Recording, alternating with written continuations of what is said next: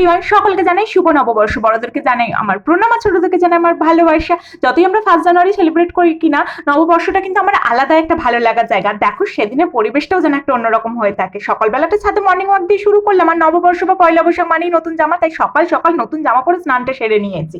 দেন ঠাকুর প্রণাম করে, বড়দেরকে প্রণাম করে, খাদ্যরসিক বাঙালি শুরু করলাম ম্যাগি দিয়ে। তারপর জমিয়ে কষিয়ে কষিয়ে রান্না বান্না শুরু করে দিলাম। নববর্ষ বলে কথা, পঞ্চরত্ন রান্না তো করতেই হবে। আর এসব কিছু মাঝে আমার এই যে কালুটাকে একটু খেতে দিতে গেছিলাম, আর আমিও আমার জন্য একটু উল্টো পাল্টা কিছু নিয়ে এলাম। আর দেখেছো নববর্ষের দিনেও একটা পার্সেল চলে এসেছে। সারা বছর এই পার্সেল নিতে নিতে আমার টাকাগুলো সব শেষ হয়ে যাবে। দেন দুপুরে জমিয়ে খাওয়া দাওয়ার পর ল্যাদ খাচ্ছিলাম, মানে প্রচন্ড পরিমাণে আজকে ঘুমিয়েছি। তারপর বিকালে আমি আর দিদিন ছাদে বেশ কিছুক্ষণ আড্ডা মারছিলাম। জানো তো প্রতি বছর নববর্ষতে বিকালে সব বন্ধু বান্ধবীরা মিলে বেরোয়, এবারে কিন্তু কোথাও বেরোয়নি। আর দেখো নববর্ষের দিন আমি দুটো শালিক দেখতে পেয়ে গেছি। তাই দেখি পাশের বাড়ির বউতেই সন্ধ্যাবেলায় দিয়ে গেছে তার হাতে বানানো মোমো। জমিয়ে মোমো খেলাম, লুডো খেললাম, আর রাতের ডিনারটা কমপ্লিট করলাম মুড়ি দিয়ে।